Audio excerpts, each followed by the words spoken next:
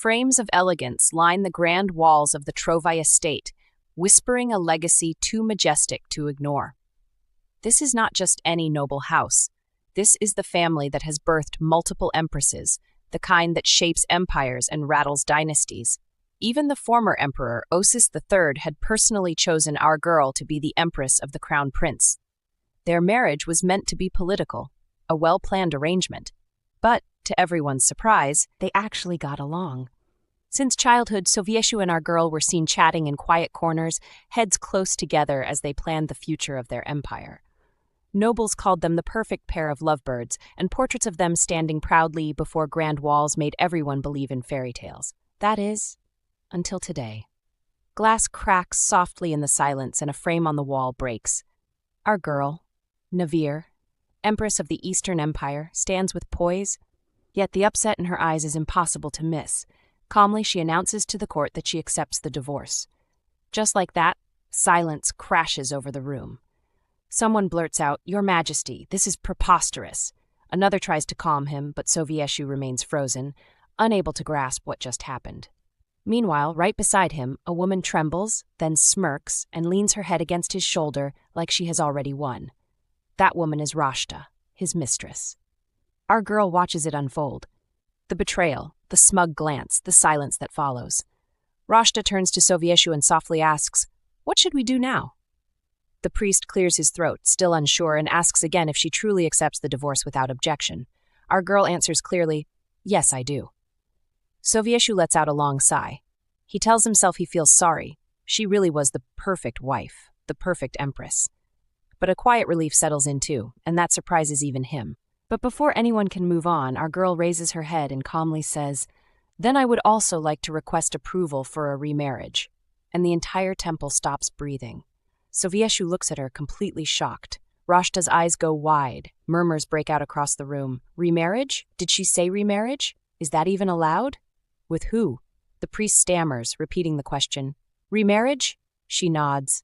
Yes. He tries again. With whom? And she just smiles. That smile stays as calm and collected as ever.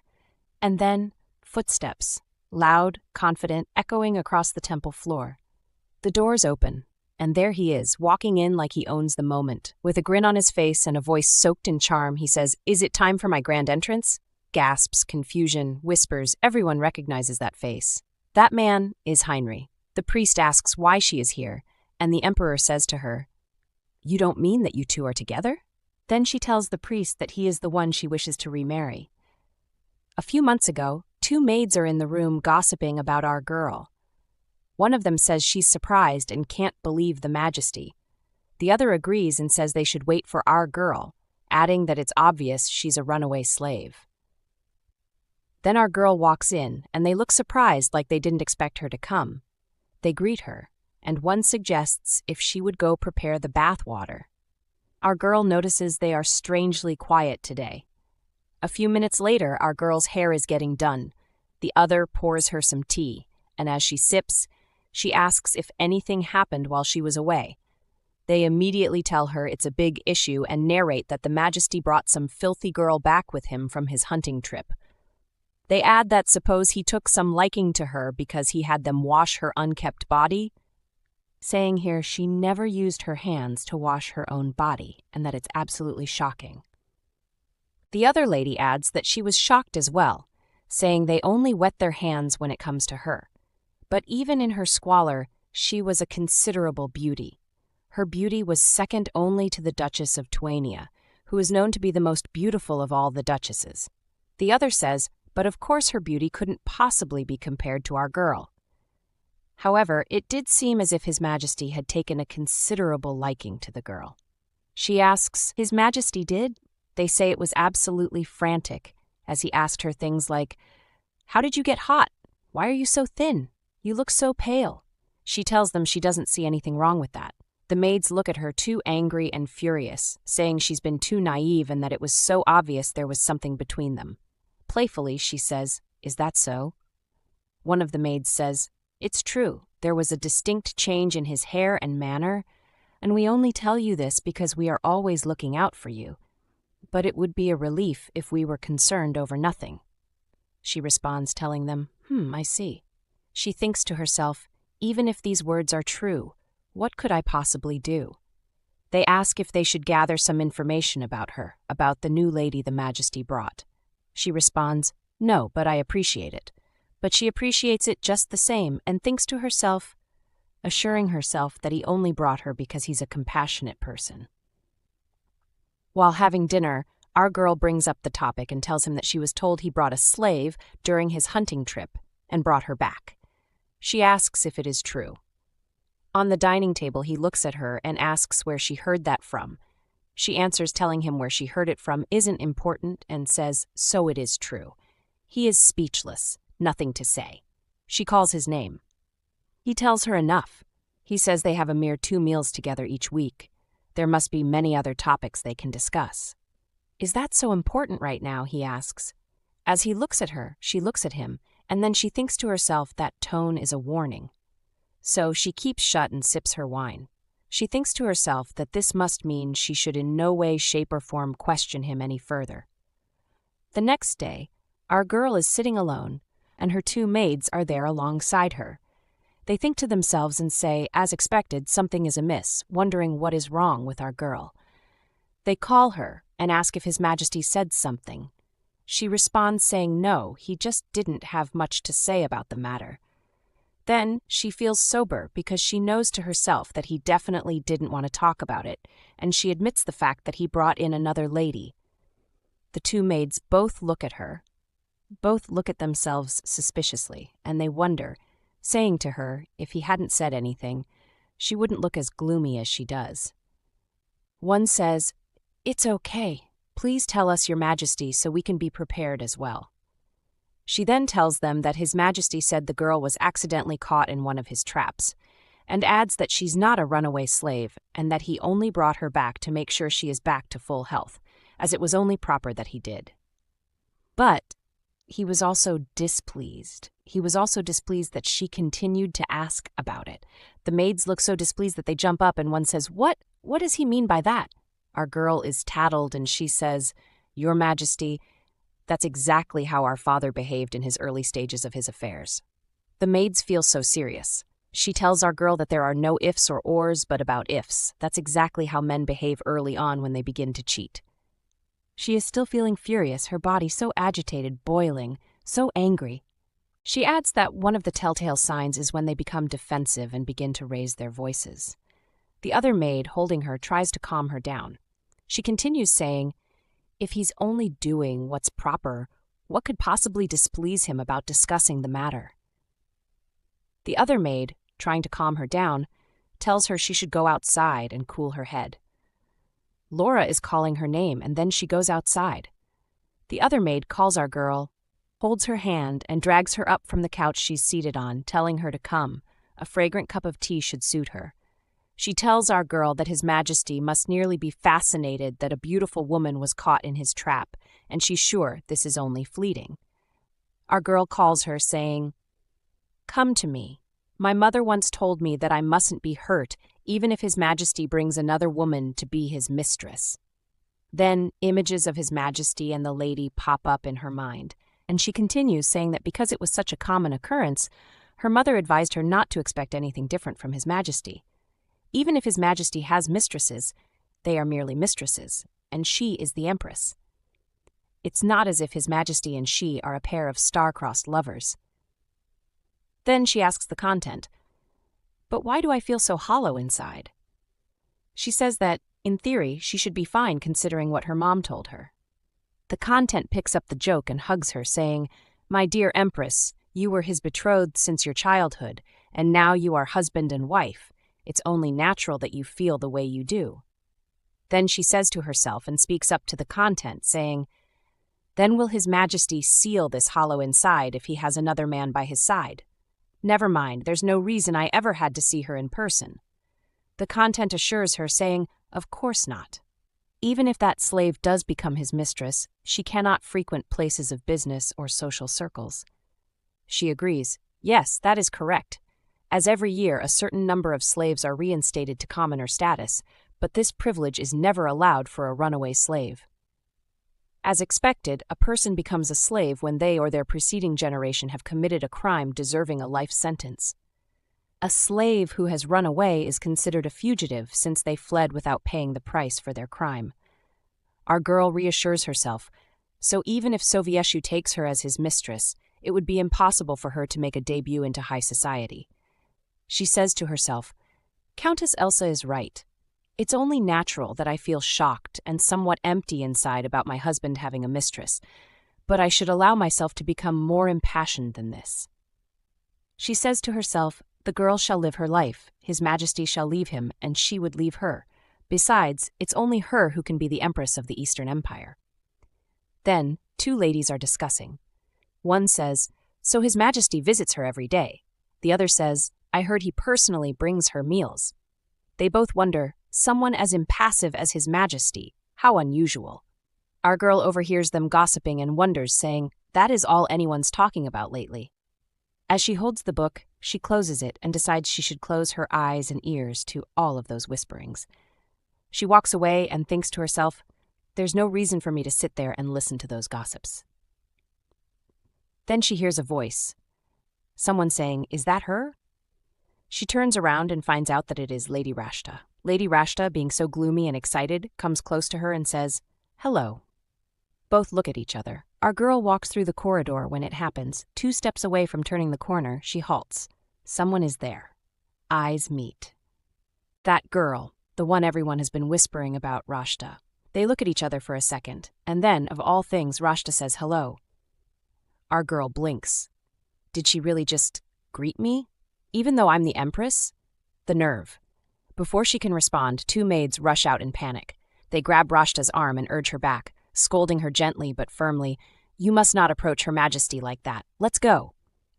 But Rashta steps forward again. With a hopeful smile, she says, hi, I'm Rashta. Our girl stands there frozen, mind racing. What does she want from me? Why is she acting like this is some casual meeting between friends? But she manages to reply politely, hello, Rashta. Though in her head she is still reeling. Does she want me to say her name too? She waits for Rashta to walk away, but no. As Rashta turns to leave, she grabs our girl's hand in a sudden motion and in doing so tears the fabric of her dress. A small rip, but enough to make our girl stiffen. The air freezes. Rashta's eyes go wide, her face turns pale. I didn't mean to, she blurts out, clearly shaken. One maid gasps, the other looks shocked. How dare you, she scolds. That is Her Majesty's gown. Still staring, our girl feels something twist inside. Anger, confusion, insult. Rashta tries to explain herself. I'm sorry, I didn't know what to call you. One maid steps up and answers coolly, Her Majesty is the Empress of the Eastern Empire. That is what you call her. You should know that. And yet Rashta so confidently says, yes, I know she is the Empress. Our girl's brows twitch. Wait, she knows I'm the Empress and still dared to act like this? Then Rashta bows lightly and repeats, hi, I'm Rashta. Our girl places her hand on her forehead. What is this? A second introduction? Does she not know who I am, or is she playing innocent? Then Rashta adds with a sweet tone, I'm staying at the Eastern Palace. I'm so indebted to His Majesty for his kindness. That makes our girl freeze. A flash of memory rushes in. That night at dinner, His Majesty said he brought a woman back from his hunting trip, a girl who was caught in one of his traps. Could it be her? She narrows her eyes and asks without thinking, is this the slave? Rashta's face crumbles into shock. Her maid quickly steps in, flustered. Your Majesty, Lady Rashta is not a slave. But our girl cannot believe it. Not a slave? Then why did the lady-in-waiting say otherwise? Still, she lets it go. If Rashta says she isn't, then there is no point in arguing. Rashta, voice soft and eyes hopeful, says, I've been hoping to meet you. I just didn't know the right time, but I'm truly glad I got to see you today. Our girl blinks again. Glad to see me? She repeats the words in her head slowly. We'll be seeing more of each other, Rashta had said. But why? What does she mean by that? And just like that, her peaceful walk turns into something far more complicated than she expected. Rashta looks up with a blink and asks, then, what should I call you? Our girl pauses, wondering what she even means by that, before calmly answering, call me Her Majesty, the Empress. But Rashta still looks confused, like that title does not quite register, so our girl turns without hesitation and walks away, saying over her shoulder, you should do it. Rashta stretches out her hand to stop her, softly saying, "Wait," but suddenly her hand is slapped away. One of the maids steps in, eyes blazing. "You insolent brat, how dare you act so familiar?" She glares at Rashta and snaps, "Filthy wench!" But before anyone can react further, a voice echoes sharply, "Who are you calling a filthy wench?" They all freeze. The maid turns and sees His Majesty standing there, 2 guards beside him. Immediately, the maids bow deeply in greeting, and our girl lifts her gaze, locking eyes with him. But he brushes past her like she is not even there and rushes straight to Rashta. She watches, stunned and silent, as Sovieshu kneels and gently places his coat over Rashta's shoulders, wiping her tears with his sleeve and murmuring, "Rashta, my dear, do not cry. Did I not just tell you to stop crying?" But the more he says it, the more her tears fall, and he adds, "I cannot take my eyes off you for even a moment. You are always in tears when I turn away." Our girl stands frozen, hands slowly rising to her chest. What is this feeling? She asks herself, but quickly shakes her head. No, it is just as Countess Elsa said, this is only natural. It is not strange to feel this way. Still, the sight of him fussing over Rashta weighs on her, so she looks away. At the very least, I have the freedom to turn my eyes from something so unbearable. Quietly, she says, "I shall take my leave now. My feet are aching." She turns, but Sovieshu calls after her. "Stop there." She pauses and slowly asks, "What is it, Your Majesty?" He points directly at someone behind her. "Your maid." She blinks. "Laura?" The maid flinches nervously, and our girl narrows her eyes. He could not possibly be thinking of scolding her for what she said to Rashta, could he? Then he says firmly, "Leave your maid here with me." And our girl's expression hardens as she replies, "You will have to tell me what for first. I am the Empress, and Laura is my maid, the esteemed daughter of a high-ranking family." And then he says calmly, "Yes, she is a lady-in-waiting, but she is also a citizen of my empire." His voice sharpens as he glances at the guards nearby and orders them, "Lock her up. 3 days." Just like that, no hesitation. Our girl's eyes dim instantly, her face still and frozen, clearly shocked that he would issue such a harsh punishment without even a second thought. Meanwhile, Rashta's sobs suddenly stop, and a faint, victorious smirk curls on her lips. Our girl breathes in and tries to hold her composure, speaking as steadily as she can. "Your Majesty, that is quite excessive." But he scoffs, replying with a voice full of disbelief. "Excessive? This girl is injured and under my care, yet your maid calls her a filthy wench, and you still think this is excessive?" And just before she can form a reply, her maid Laura blurts out quickly, "No, Your Majesty, it is not excessive at all." Our girl turns toward her sharply, her name escaping her lips, stunned that Laura would say that just to avoid more punishment. Then Sovieshu closes the matter coldly. "Since we are done here, you may take your leave." Our girl grits her teeth silently.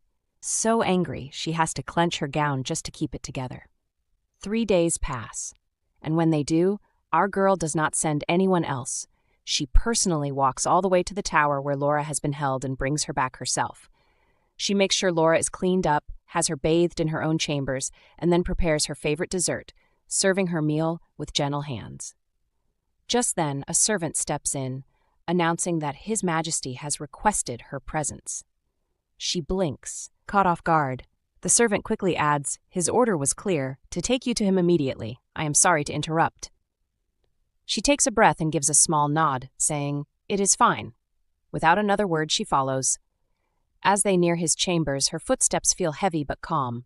She enters the room as the door swings open, and the guard announces her presence. "You called for me," she says coolly. "May I ask what it is regarding?" Sovieshu motions the guard to leave, and once they are alone, he confirms, "Yes. I heard you personally insisted on escorting the girl I had locked away. Was that really necessary?"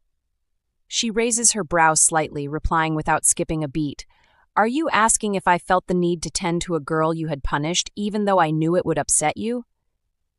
He clenches his jaw, gritting his teeth as he speaks. "So you knew, and you still did it, when you should have just thrown her out instead. You disobeyed me."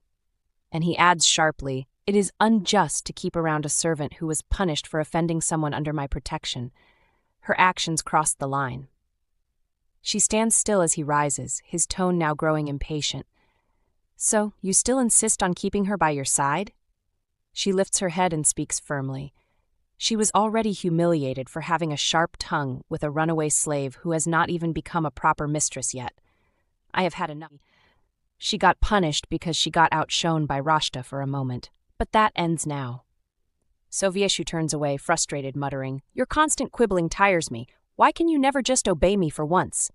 She snaps, glaring at his back, her voice trembling but clear. "Obediently do as you say? The Empress is not someone who exists to follow your every command, Your Majesty." Her hands clench around her dress again, burning with anger.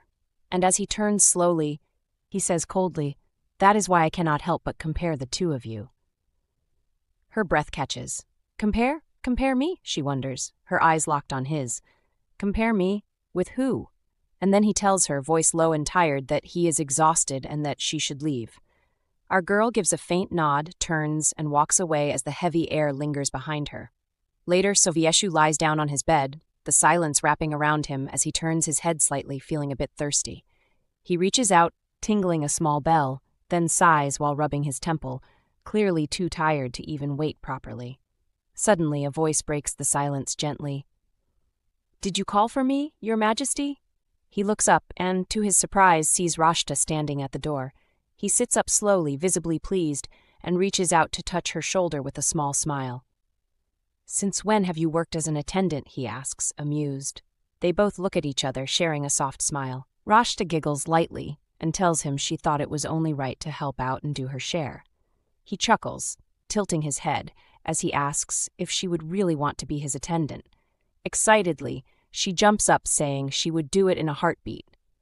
He watches her and laughs, saying how amusing she is and pointing out that she struggles to walk properly.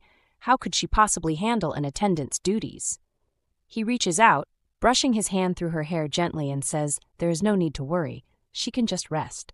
Then he offers her something sweet and comforting, telling her to enjoy some pumpkin pie instead.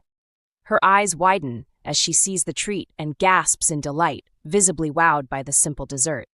He looks at her and raises an eyebrow, asking if she is truly this excited over something as ordinary as pumpkin pie. Rashta nods quickly, insisting it is not just any ordinary pie. He chuckles again and tells her that he has gifted the Empress with expensive jewelry, and yet she barely reacts. He says it takes so little to make Rashta happy, and that makes her all the more fascinating.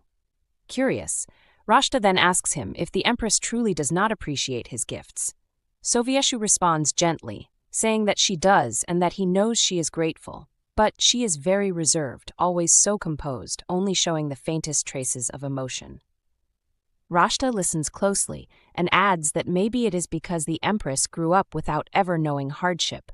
She continues, saying that she probably has no idea how cruel the world can be and most likely takes her precious gifts for granted. Sovieshu frowns slightly, as if he does not quite understand her point, so Rashta quickly tries to explain. She insists she does not mean to speak ill of the Empress, but that it is something true for anyone raised with plenty, even himself. She adds that if someone constantly gave him large, priceless gems, eventually he would stop feeling excited too. Just as she keeps talking, trying to clarify her words, Sovieshu reaches over and gently plays with her hair again, softly telling her that he understands what she is trying to say. He watches her, smiling, and says his prey is cleverer than she seems. Embarrassed, Rashta shyly looks away, giggling, and says he always calls her his prey. Then, a little hesitantly, she asks, "Did you not say you would make me your mistress?" He nods and tells her that he did say that, and she says it seems like the Empress does not know anything about it. Sovieshu leans back slightly and tells her that it does not matter, that there is no rush, and that they will take things slowly. He tells her not to worry, giving her a look full of assurance, and ends by saying that he already has a plan in mind. Someone speaks up, their voice loud and bitter, saying it was just as expected, that His Majesty would end up appointing that girl as his mistress. Our girl hears it and clenches her hands a little, asking, still unsure, would he really do it? Laura looks at her with narrowed eyes and answers flatly that while the Empress has spent her whole day preparing for the New Year's ceremony, His Majesty has been busy on his end too, busy preparing to bring Rashta in as his mistress. The words hit like a slap, and it shows on her face. She thinks to herself that she has been trying to steal her heart for when this day would come, telling herself she would not be surprised when Sovieshu finally decides to give that girl a title. But she never thought it would happen this fast, this suddenly. She asks her maid, her voice calm but clearly shaken, when exactly would she be appointed? Laura sighs softly and glances at her before saying that, according to all the rumors, it will be very soon, sooner than expected, maybe even before the New Year's ceremony itself. Later that same day, Rashta sits quietly in her new chambers while a court official explains to her the process. He tells her that after the Prime Minister delivers the notarized documents to His Majesty, the Emperor will sign first, and then she will sign below him. Rashta nods, trying to look composed, saying that she understands, but then hesitates, biting her lip, and admits she does not have a signature. The man looks at her, quickly understanding what she is really trying to say, and gently says that there is no need to worry. "You can make one now," he offers kindly. Rashta tries to hide her unease, but cannot say what she wants to say. She cannot write. He realizes it and gives a kind smile, telling her there is nothing to be ashamed of and that she can learn from now on. He brings over a sheet of paper and a pen and says that today they can start small. He will teach her how to write just the letters of her name. As she nods, he casually adds that the Empress would likely send her a gift as well. Rashta blinks in surprise. "A gift?" she repeats. He nods, explaining that the royal residence belongs to the Empress, and by custom, the Empress must send a welcome gift to any officially appointed mistress to show she acknowledges and accepts her presence in the palace. Rashta's face sparkles instantly with joy and excitement as she gasps and asks if he really thinks the Empress would send her one. Meanwhile, in our girl's room, the atmosphere is completely different. She is calm but firm, having already made up her mind not to send Rashta a single thing. Her maids exchange glances, clearly relieved. They had been worried she might follow tradition and give that girl a gift as etiquette dictates, but she quickly clears the air. She tells them there are exactly 3 reasons why an empress would send a mistress a gift. First, if the mistress and empress are personal friends. Second, if the mistress is a high-ranking noblewoman. And third, if the mistress shares the same bloodline with the empress. Then, with a cool gaze, she adds that Rashta fits into none of these categories, so there's absolutely no reason for her to go out of her way to send a gift. Her tone turns sarcastic as she mutters, "And if I were to send something, should I attach a message with it too? Maybe something like, 'Please take care of my husband'?" She chuckles at how ridiculous it sounds and waves off the thought, saying there is no need to worry. She will not be sending anything. One of her maids comments with a small laugh that she wishes Laura were here to hear her say that. She would have jumped out of joy. Then the same maid pauses and asks, "By the way, are the rumors true?" Our girl frowns slightly, her eyebrows pulling in confusion, wondering, "Rumors? What rumors?" "The Prince of the Western Kingdom will be attending this year's New Year's ceremony," someone says with a bit of excitement, adding that they've heard he's absolutely gorgeous, that one look into his eyes is enough to captivate any woman. But, they whisper, he's as stubborn as a mule. Rumors swirl around him, they say, caught up in a whirlwind of stories about being involved with many women. Someone else asks if it's true he's a seedless watermelon, meaning he can't father children. Everyone turns and stares at our girl, waiting for her answer. She feels all eyes on her suddenly, but then smiles calmly and says she can't verify the truth of those rumors, but yes, the prince is definitely coming to this year's ceremony. Just then, a soft knock sounds at her door. She looks up and says, "Come in." A servant enters, carrying a box, saying Grand Duke Rylan Roth of Winchester sends his regards along with a gift of the finest silks in the entire empire. Our girl sighs quietly to herself, thinking he's doing it again, and tells herself she should let him know she's grateful, but just his regards would have been enough. The Grand Duke is an extended family member of Sovieshu, someone who has no real interest in the throne but a very strong taste for power. He regularly sends bribes in hopes of gaining special favors in return. One of the maids comments on how determined he is, and our girl laughs softly, agreeing that yes, he really is. They then tell her to take a break since it's tea time. Sitting by the table, she sips the fragrant tea and sighs in appreciation. Just then, a servant steps in apologizing for the interruption and says that Lady Rashta wishes to see her. Surprised, our girl nods and tells the servant to let her enter. Rashta walks in and greets her, saying it's nice to see her again. Our girl carefully hides her emotions. She's grown used to masking her feelings in these unpleasant moments. Rashta congratulates her, just like the last time they met, saying that His Majesty has taken her as his mistress. Rashta smiles politely and thanks her.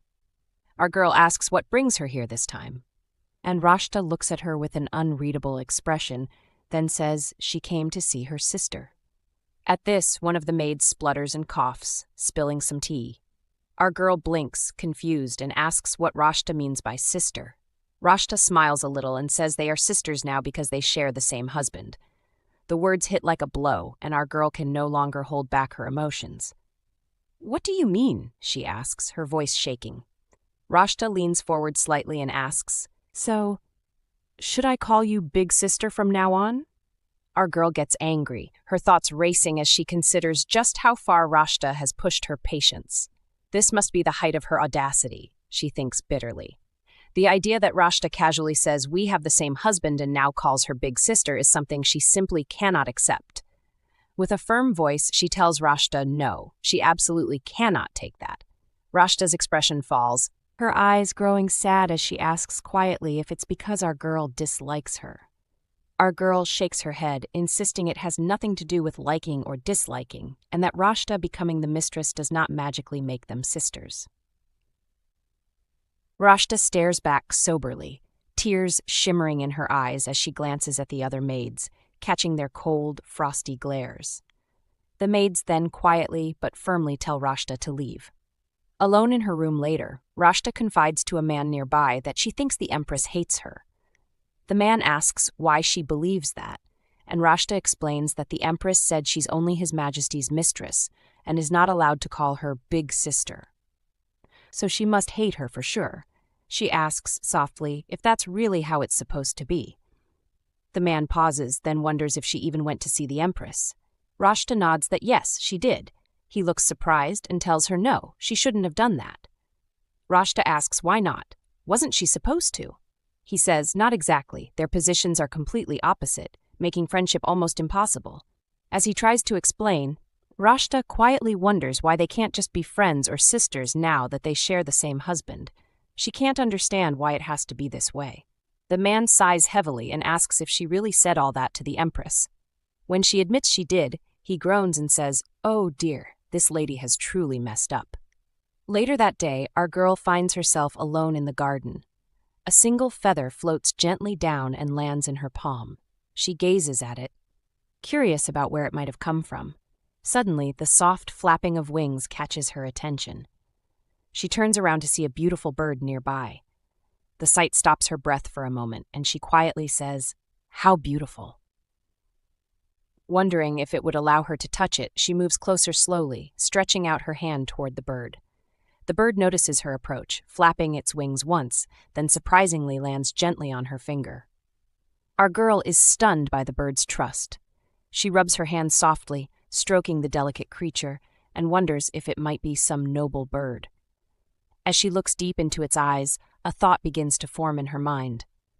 As she gazes up at the bird for a while longer, our girl notices something tied around its leg. She gently reaches for it and realizes it is a note, carefully folded and secured to the bird's foot. Curious, she opens the note and reads it aloud to herself. Someone has written to her claiming to be a guest from abroad who will soon be arriving for the New Year ceremony, and hilariously admits that he wrote this note while drunk. That last part makes her chuckle, a soft laugh escaping her lips as she shakes her head in amusement. Just then, her maids come rushing out, calling her name with urgency, but they stop the moment they lay eyes on the bird. One of them gasps, asking if they are seeing right. "How massive is it?" Another says, "Is it not absolutely darling?" Their eyes sparkle as they inch closer, spotting the letter in her hand and instantly suggesting that our girl must write a reply right away. Our girl hesitates at first, asking if it is really necessary, but eventually gives in and takes a pen and paper. With a tiny smirk, she writes a message that reads, "Your bird has found its way to me. If it can also find its way back, I will be relieved, for that would mean it is far cleverer than its inarticulate drunk master." With a playful glint in her eyes, she ties her note to the bird's leg, giving the creature another gentle rub along its soft feathers. Her maids sigh, saying how charming the bird is and how it seems to have already taken a liking to her. Our girl glances at the bird and wonders if that is truly the case. The maids tease her, saying it is obvious from the way it clings to her and no one else. With a quiet laugh, our girl steps back and lets the bird go, watching it flap its wide wings and soar into the sky once again. She waves a little and says aloud, "Be careful not to lose your way." A few hours later, the bird reaches its master, somewhere far off, and he unties the note with anticipation. Reading the words she wrote, his expression shifts from curious to amused, and with a knowing smile, he says to himself, "It seems I must cleverly find my way back to her if I want to see her again." As they walk back to her room, laughter bubbles around them, light and easy, while our girl wonders aloud if the bird will come to visit again. One of the maids hopes so, clutching another letter as she says so, and our girl smiles softly, saying she thinks the bird will return, as long as it doesn't lose its way. Her heart flutters with excitement, curiosity stirring inside her about whose bird it really is. Just then, a creak breaks the calm as the door slowly opens, revealing Sovieshu standing there. Everyone freezes, surprise spreading across their faces, wondering why he's here now. He gives a look like he's been waiting for her forever and says quietly, "You're finally back." She blinks, asking what brings him here. He suggests thoughtfully that Rashta must have her very own lady-in-waiting and admits that finding a willing noble has been tougher than he imagined. Our girl shoots him a furious glance, already knowing where this is headed, and sighs inwardly, thinking that all he knows how to do is ruin her day.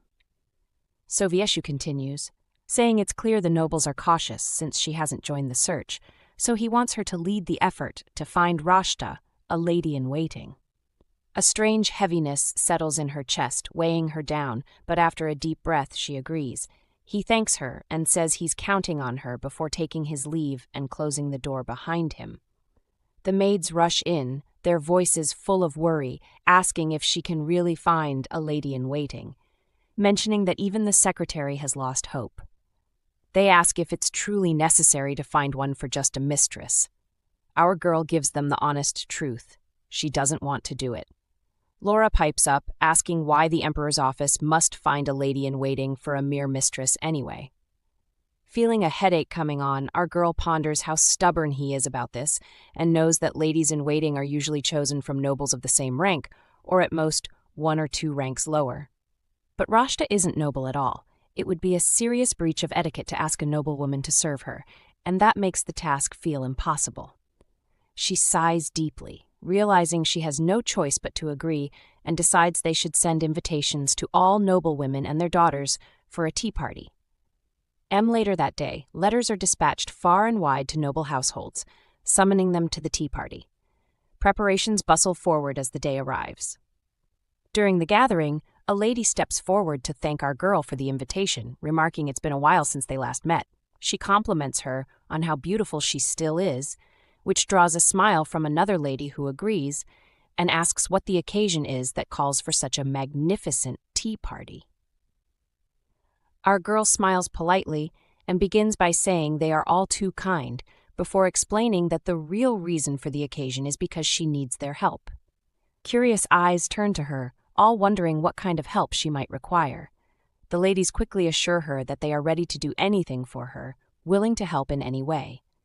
Our girl explains that His Majesty is searching for a lady-in-waiting to attend to his soon-to-be bride, and since nobles take great pride in their status, she asks if anyone would be willing to take on the role. Suddenly, the room falls completely silent. All the ladies exchange uncomfortable glances, their faces growing tense as the weight of the question settles on them. Our girl wonders why they all seem so uneasy. Then one brave voice asks, "Did you mean Lady Rashta?" and adds, quietly but honestly, "She's all anyone's been talking about lately, her and her past as a runaway slave." Another lady shudders and says she would find it difficult to serve a commoner as a lady-in-waiting. let alone someone who was a runaway slave. A third joins in, confessing that she would die of embarrassment if she had to serve as a runaway slave's lady-in-waiting. While they whisper and discuss, Rashta stands nearby as if she has heard every word. She pauses, staring silently at the ladies from afar, saying nothing but looking on with a heavy heart. Our girl finally reaches her room, feeling utterly exhausted and drained. She sinks onto the chair and places her hand on her forehead, as if trying to will away the heaviness pressing down on her. One of her maids softly asks if she would like a bath prepared to help her relax. Another suggests they take a walk, maybe hoping to spot the bird they met the last time. Our girl's eyes light up as she replies, "It really came back." The maids exchange curious looks, asking what she means. She smiles, sitting up quickly, almost rushing with excitement. "The bird. It's really here." The maids lean in, asking which bird she means, and one says it must be here just to see her, pointing out the letter tied to its leg. She carefully unties the note and reads aloud. He says he thinks he's a bit more intelligent than a bird now, that he has finally woken up from his drunken stupor. Our girl blushes, chuckling softly, then calls for Laura to bring her some paper. She writes back, teasing that it seems he hasn't quite woken up completely, then asks the maid for the bird's name. One maid teases her, "Having fun with this?" and she smiles warmly, a little, as she ties her reply onto the bird's leg. Gently, she strokes the bird's feathers and perks it up, telling it, "Make sure not to lose your way this time," before releasing it to fly away. Her mood noticeably lightens, happiness settling into her expression. She wonders if she might get another letter and really hopes so. Just then she is told His Majesty has arrived. She turns around, her mood darkening, and asks, "Why is he here again?" They greet him formally, and she remarks that he's been visiting quite often lately, curious what brings him today. He asks how the search for Rashta's lady-in-waiting is going. She sighs inwardly, thinking that it's always about Rashta. Sitting down, she replies that she invited all the noble women and their daughters, but no one was willing to step forward. He asks, "Is that all? Are you not pleased?" She narrows her eyes and asks what he means. He replies thoughtfully that there must be a reason they all declined, and wonders if she perhaps said something inappropriate to them. She gives him a side glance, annoyed, and says, "Why would I do that when I don't even know anything about her?" He counters, "People still talk even when they know nothing." Standing up and moving closer, he leans in as she meets his gaze steadily, already guessing where this is going. She crosses her arms and asks pointedly, "Are you the one spreading rumors about Rashta being a runaway slave?" He takes her question personally, narrowing his eyes as he says, "No matter how much I think about it, there's no one who would benefit more from those rumors than you." He adds quietly, "Rashta is your rival after all, so I can understand." Our girl blinks in surprise. "Rival? Love rival?" she asks sharply. "She's not my love rival," she says, standing up, the fire in her eyes growing. "She's his mistress, not mine. He's not my love, so how could she be my rival?" She takes a deep breath and turns to leave, adding firmly, "Whatever is going on between him and his mistress is none of my concern. It tires me just thinking about it, so don't drag me into this ever again." She walks away, leaving him speechless, staring after her retreating figure. Later that night, she's alone in the garden, sitting on the cool ground, tears slipping silently down her cheeks. "Why am I crying?" she whispers to herself, voice trembling. An empress isn't meant to cry over something like this. She slumps, letting out a heavy sigh. Then suddenly, she hears a sharp screech above and looks up to see a feather drifting down toward her. It's the bird, her faithful messenger. Stretching her hand out, she catches it gently and notices a letter tied to its leg. She unties the note and reads it quietly.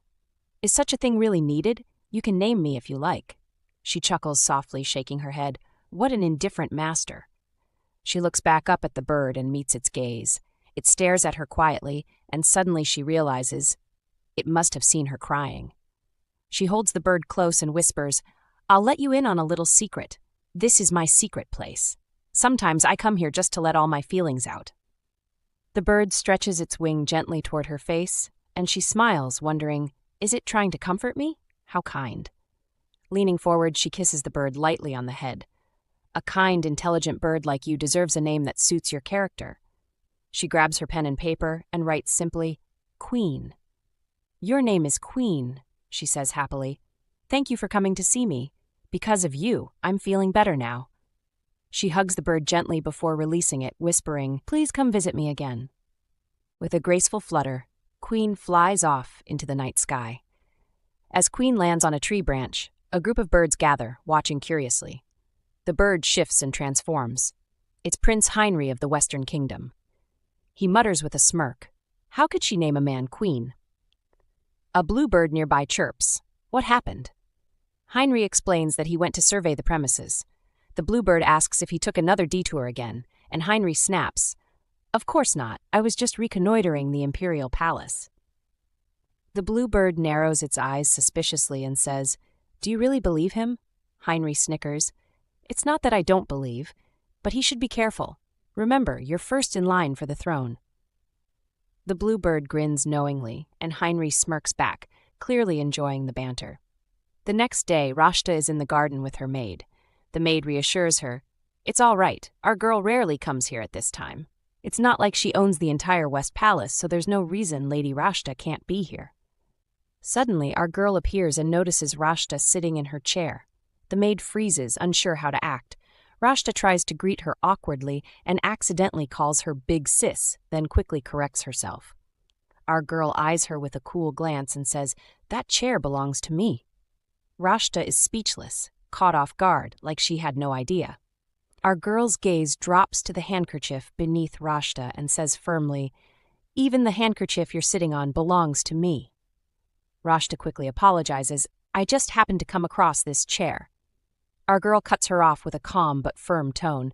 It's fine, since you didn't know, but you should refrain from coming to the West Palace. Rashta looks down, then says quietly, He wants to be friends with me. Our girl raises an eyebrow and says, Friends? You can be friends with the next mistress. Rashta looks up, confused. The next mistress? Rashta's eyes widen in shock as our girl tells her quietly but firmly, His Majesty is going to take another one after you. Later that same day, the palace buzzes with tension as the Majesty rushes straight to our girl's room. Some maids try to stop him, blocking his path, but he doesn't even acknowledge them. He pushes forward with a determined look, making his way through. Our girl turns around just in time to see Sovieshu enter and asks calmly, What brings you here at this hour? He starts off frustrated, his voice sharp as he asks, Why have you changed so much? Our girl's voice cools into calm as she replies, What do you mean by I've changed? He doesn't hold back and says, I'm talking about what happened with Rashta. Her chest tightens, the name like a thorn she's tired of hearing. She thinks, Why is it always about Rashta? She tells him, Didn't I already tell you I don't want to hear about her anymore? But still, he presses on, saying he heard what happened between them this afternoon. If you truly didn't want to hear about her, then you should have just left her alone. If you had, I wouldn't have to be here right now, he says sharply. Our girl narrows her eyes and asks, Did your father also frequently bring up Countess Sophia to your mother? She means his father's mistress, the source of pain and resentment. Sovieshu falls silent for a moment, caught off guard. Then he says quietly, Rashta is one of your people, don't you pity her? Our girl's eyes flash with disdain as she replies coldly, No.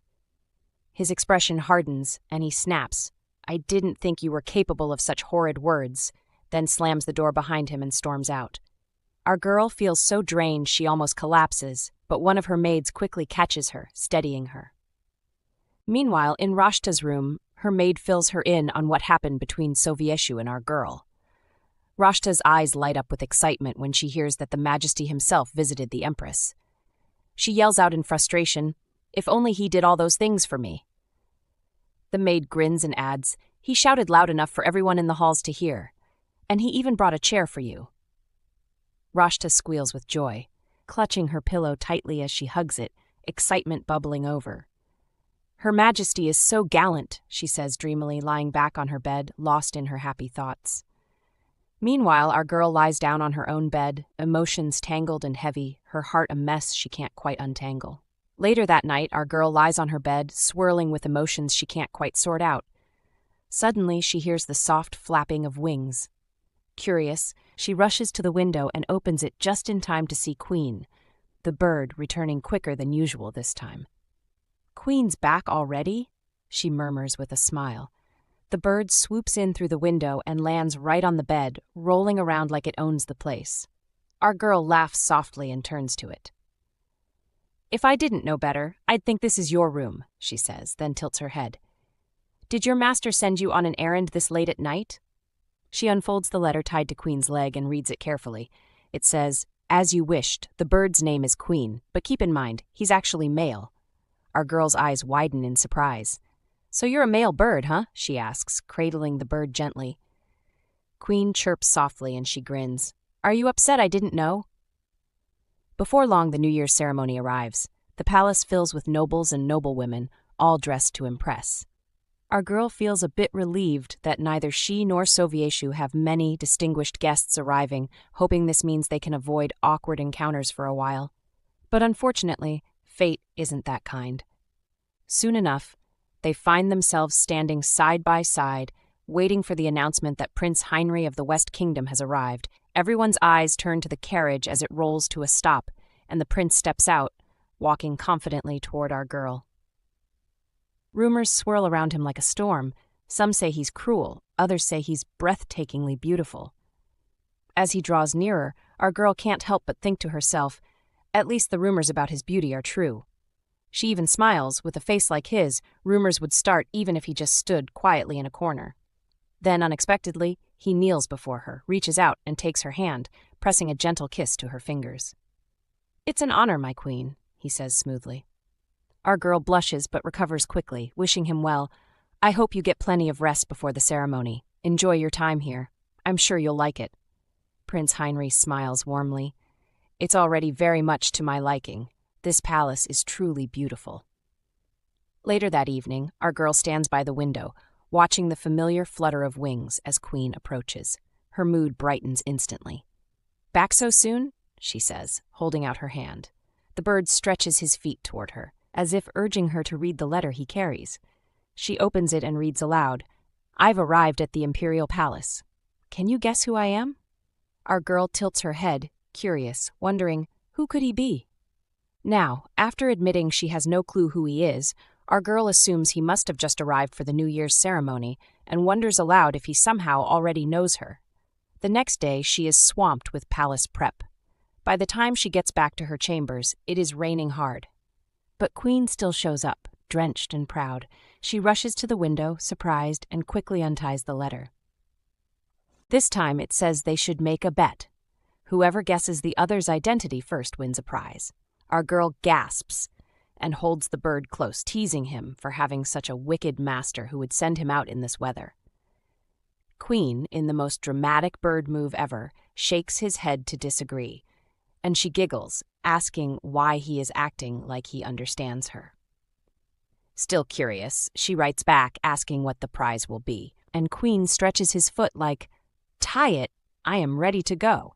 But she refuses, declaring that since it is raining, he will stay with her tonight, and just like that, the bird freezes.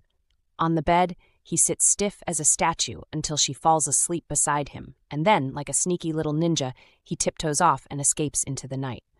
By morning, our girl wakes up, calls out for Queen, and realizes he is gone. But then, she hears his fluttering wings from the window and rushes over with a smile. She strokes his head, opens the scroll, and when she reads it,